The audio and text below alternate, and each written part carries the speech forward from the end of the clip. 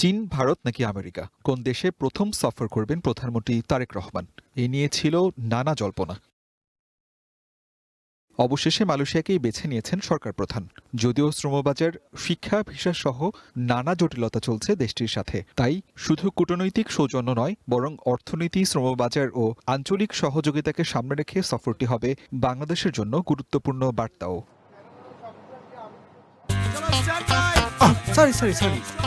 লাইফে কখন কি হয় গ্যারান্টি আছে, তাই ইন্স্যুরেন্স করুন সিটি ব্যাংকে, কারণ ইন্স্যুরেন্স করলে সিটিতে সুরক্ষা পাবেন নিশ্চিন্তে।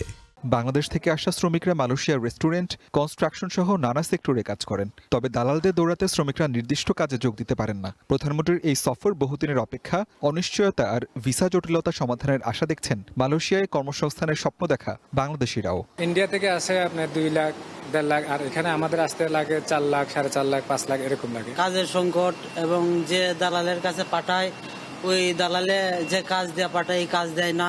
তবে শ্রমিকদের পাশাপাশি এখন মালয়েশিয়া পড়তে আসা শিক্ষার্থীরাও পড়ছেন মহাবিপদে। কয়েক লাখ টাকা খরচ করে পড়তে আসা শিক্ষার্থীরা পেরে উঠতে পারছেন না ভারত বা চীনের শিক্ষার্থীদের সাথে।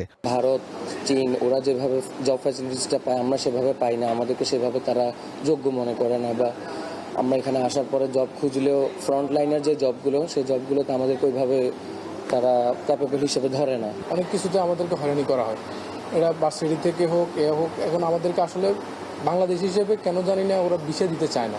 দুই সরকার প্রধানের মধ্যে হতে যাওয়া বৈঠকগুলোতে শ্রমবাজার সম্প্রসারণ, বিনিয়োগ বৃদ্ধি, বাণিজ্য সহযোগিতা এবং দ্বিপাক্ষিক সম্পর্ককে নতুন উচ্চতায় নেয়ার বিষয়গুলো গুরুত্ব পাবে বলে মনে করেন প্রবাসী বাঙালিরা।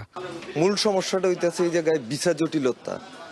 যারা এই মুহূর্তে যাদের ভিসা নাই, অবৈধ, তাদেরকে বৈধকরণের জন্য বাংলাদেশের প্রধানমন্ত্রীর কাছে আমার আবেদন, সকলের বৈধতার একটা ব্যবস্থা বাংলাদেশের প্রধানমন্ত্রী যে কোনোভাবে মালয়েশিয়ার প্রধানমন্ত্রীর সাথে আলোচনা করে একটা ব্যবস্থা গ্রহণ করুক।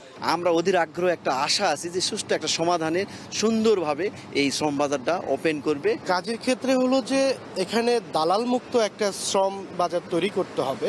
শুধু নতুন কর্মী পাঠানো নয়, মালয়েশিয়ায় অবস্থানরত বাংলাদেশি কর্মীদের অধিকার, কর্মপরিবেশ এবং বৈধতার বিষয়েও গুরুত্ব পাবে বলে মনে করেন সংশ্লিষ্টরা।